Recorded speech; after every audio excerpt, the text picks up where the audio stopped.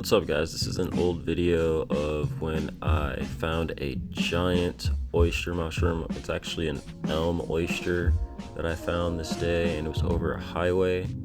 I was like just driving my car through this area, and I happened to see this as I was driving, and I pulled over and found this big, beautiful mushroom, and pretty much just tried to knock it out of the tree in between the traffic and not get hit by a car.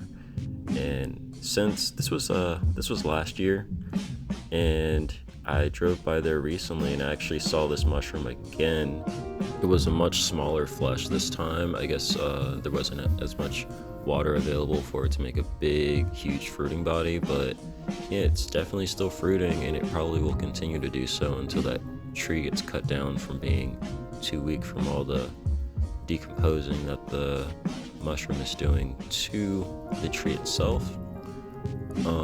I never finished my project on cloning this. I actually have it fresh, like on a petri dish. I went to make a liquid culture, but it didn't take off for some reason. But I'm going to be revitalizing that pretty soon because I do think these genetics should be preserved. And I would love to grow this thing again. You can see just how big it is. Like it's massive. You'll see later in the video that when I hold it in my hand, it's like only a piece of that came out, and it's my whole hand. That's a quarter of it. Yeah, that was I was so shocked. This is like literally the biggest mushroom I've ever seen.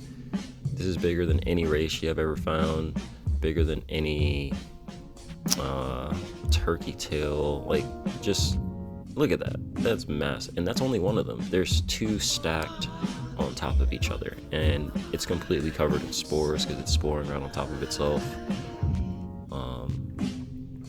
Yeah, it's a little too old for eating, and I wouldn't eat something right over the road anyway.